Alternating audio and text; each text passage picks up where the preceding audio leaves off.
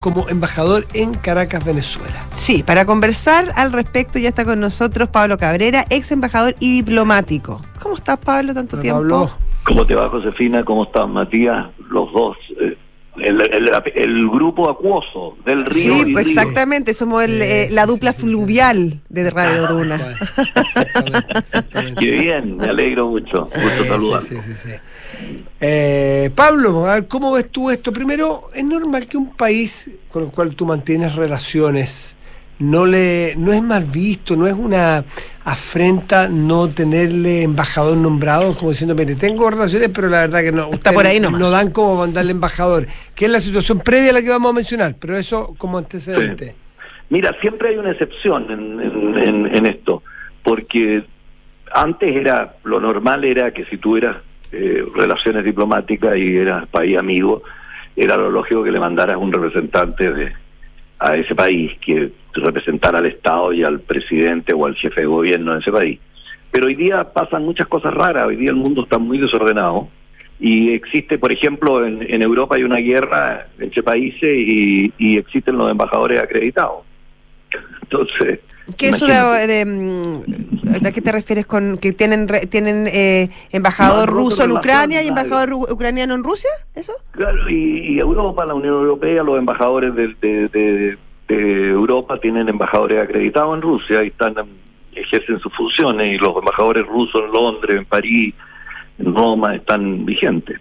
Perfecto. Mira, O sea, no era así Antes como que lo llamaban a informar.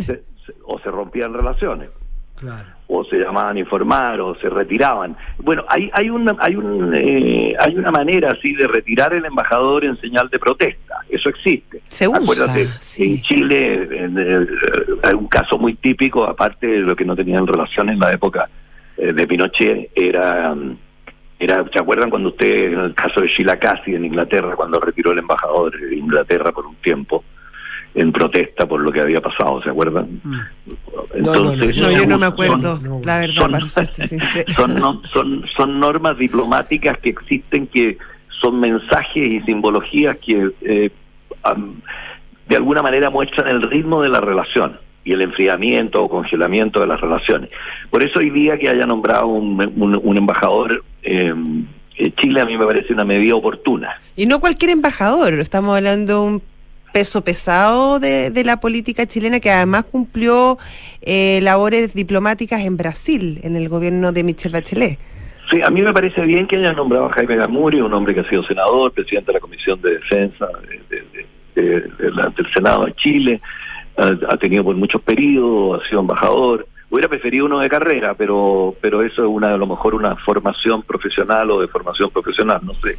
Sí. Pero está bien, yo creo que Jaime Gazmuri, estoy seguro que tiene una experiencia y va a poder cumplir la función de la manera que se espera.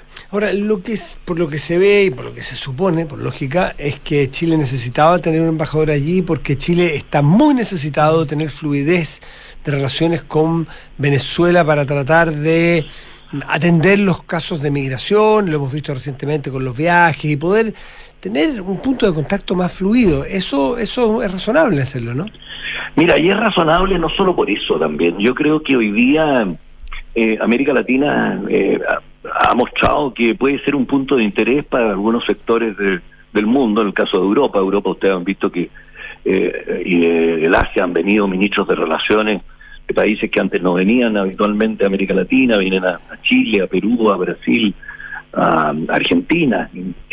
Creo que amerita que nosotros también mostremos grados de unidad o solidaridad, ojalá, con un patrón común que sea la democracia. Eso obviamente que sería el ideal, ¿no?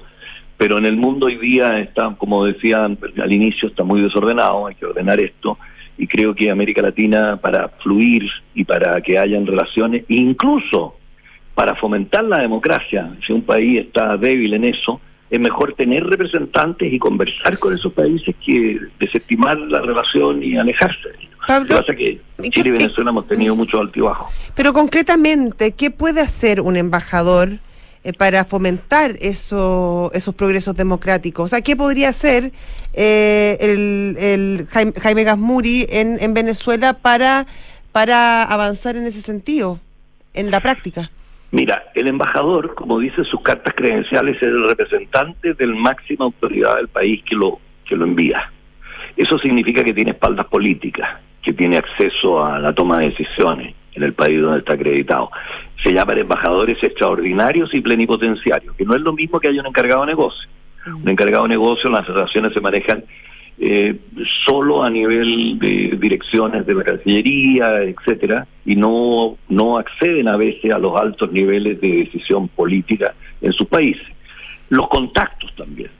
En este caso, con Venezuela en particular, puede hacer mucho porque las relaciones, si bien es cierto, no es la primera vez que han estado resentidas las relaciones entre Chile y Venezuela. Hay un historial de, acuérdense, en los años 70, cuando se asesinaron a Letelier en Washington, uno de los países que más resintió eso por las relaciones que tenía era Venezuela. Y yo servía en Venezuela en esa época. Yo fui segundo secretario y primer secretario en Venezuela. Estuve 2 años allá en esa época. La otra época, cuando cayó Pérez Jiménez y subió Betancur, las relaciones también tuvieron vaivenes en lo que se refería a la relación con Chile, para bien y a veces para mal, a veces para bien. Ahora se resintieron mucho con Maduro en el poder y con cuando ya quedaron en un momento bastante más difícil fue Cúcuta. Claro. Oiga, pero el presidente Boric tampoco tiene una relación, él personal, muy fluida con Maduro. De hecho, el dictador venezolano permanentemente ha criticado y sin complejos a Gabriel Boric, que si no me equivoco, explícitamente, con nombre y apellido. Pero, Matías, mira, en diplomacia, si fuera por declaraciones, la guerra mundial estaríamos como en la 10ª guerra mundial ya. O sea, existen obviamente dificultades, existen negociaciones, existen actitudes inamistosas, y existen las declaraciones normales que pueden responder a tendencias políticas o el color político del gobierno. Es cierto que eso no es lo ideal, porque incluso volviendo al símil y al símbolo, la carta que acredita a un embajador le dice el presidente que lo acredita, que lo recibe, grande y buen amigo. Eso significa que la confianza y la amistad son centrales en una relación diplomática entre dos países. Pero son tantos los elementos que concurren a una relación diplomática y tantas las cosas que suceden, que haya un embajador puede canalizar mejor la decisión, puede canalizar mejor el análisis, puede con su experiencia instruir a quienes trabajan con él, a los asesores, a las agregadurías diferentes, etcétera. Lo otro que se comentaba ayer es que quizás detrás de la designación de Jaime Gazmuri también está esta idea de reactivar la UNASUR, idea que el presidente Lula además ha sido gran impulsor. Mira, eso está en la conversación, pero nosotros hemos sido testigos todos que en Chile, si bien es cierto el gobierno del presidente Boric, hasta donde yo sé, lo que ha manifestado es simpatía por una situación de esa naturaleza, pero no creo que esté en condiciones Chile de sumarse a UNASUR como miembro hoy día, porque tiene que hacer un proceso en el Congreso, ¿no? Okay. Y no creo que estén los votos para eso, no sé, me imagino. Yo creo que eso va a ser en el Senado no creo. No, por eso, o sea, y yo creo que eso lo ha reconocido el canciller, Pablo, pero no sé. Pablo Cabrera, que nos quedan unos pocos minutos y no quiero dejar pasar la posibilidad de, dada tu experiencia en Rusia, de los últimos acontecimientos en esa guerra lamentable, entre otras cosas estos movimientos de armas nucleares y la advertencia de Rusia de hacer uso de su arma nuclear si es que llegan armas a Ucrania. ¿Cómo estás viendo tú el avance de ese conflicto? Bueno, yo creo que la disuasión nuclear es la fortaleza que podría tener, sea para entrar el día de mañana a lo mejor en un proceso de negociación o algo, porque creo que la situación no es muy favorable para Rusia en términos hoy día internacionales, y cada cierto tiempo, cuando hay debilidades o se nota que se ha disminuido la impronta de Rusia en esta guerra, o en esta operación especial a ojos de los rusos, o a entendimiento de los rusos, la disuasión nuclear sale. Yo personalmente creo que es tanto lo que la comunidad internacional ha trabajado por el desarme nuclear. Hay organismos internacionales dedicados a eso, convenios supletorios, etcétera, presión social, y lo que es la desaparición de de la humanidad, porque no va a desaparecer el planeta, vamos a desaparecer nosotros. Entonces creo que, si bien es cierto, la tecnología hoy día hace que hayan armas nucleares más específicas y de menos alcance, siempre está la posibilidad, pero yo creo que esto es disuasión, y una disuasión verdadera, pero que vayamos a entrar a ese proceso, nunca se sabe, todo puede suceder, pero yo creo que son palabras mayores. Sí, este es una guerra que hasta el momento ha demostrado que es una guerra de trincheras. Recién estamos viendo que hay muchos, a lo mejor ya entrando los drones o las bombas tontas que se llaman entre comillas, pero con adelantos tecnológicos, pero parece ser una guerra bien rara, porque parece como de los años 50 en lo que se refiere a los materiales que se usan, los tanques, se está pidiendo tanques, aviones, etcétera, y no se está usando el material y el armamento que puede ser manejado desde la computadora o con apretar un botón. Incluso en este minuto estamos en una guerra de trincheras, ahí se dice que viene una contraofensiva, están saliendo las informaciones, es una guerra de información donde la disuasión nuclear juega su papel. Y en Zaporizhia, en Ucrania, ese lugar donde está la central nuclear más grande de Europa, eso tiene una simbología muy importante, porque acuérdate que después de la desaparición de la Unión Soviética, en el acuerdo de Budapest, se quedó con que la Federación de Rusia era el único país nuclear de los ex repúblicas que conformaban la Unión de Repúblicas Socialistas Soviéticas. Y Zaporizhia tiene también la simbología que fue el último ducado cosaco. Los cosacos tuvieron 2 siglos en Rusia. Entonces, y Catalina la Grande recuperó Zaporizhia, esa zona, para los rusos.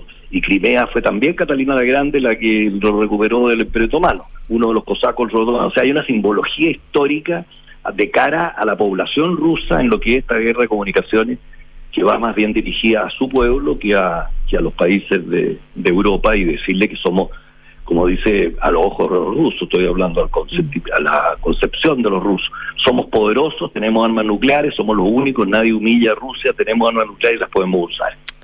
Pero de ahí a que podamos entrar en una guerra nuclear, acuérdate que todos los armamentos que ha entregado Europa y la OTAN son para sacar a los rusos de territorio ucraniano, no son para atacar a Rusia, son para liberar los territorios que han sido ocupados en esta situación. O sea, no es muy importante. Segundo, los aviones fueron anunciados y todavía no se han entregado.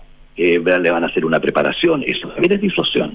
Creo que estamos en una guerra extraña para el siglo XXI, pero que tiene todos estos componentes que hay que analizarlos, interpretarlos, y no solo comentarlos, pero es complicado. Pablo Cabrera, por cierto, diplomático, ex embajador, muchísimas gracias por conversar con Duna como siempre, nos pilla el tiempo, muchas gracias. Sí, pues gracias Matías, gracias Josefina. Hasta luego Pablo, hasta luego. Un gusto. Adiós. Adiós.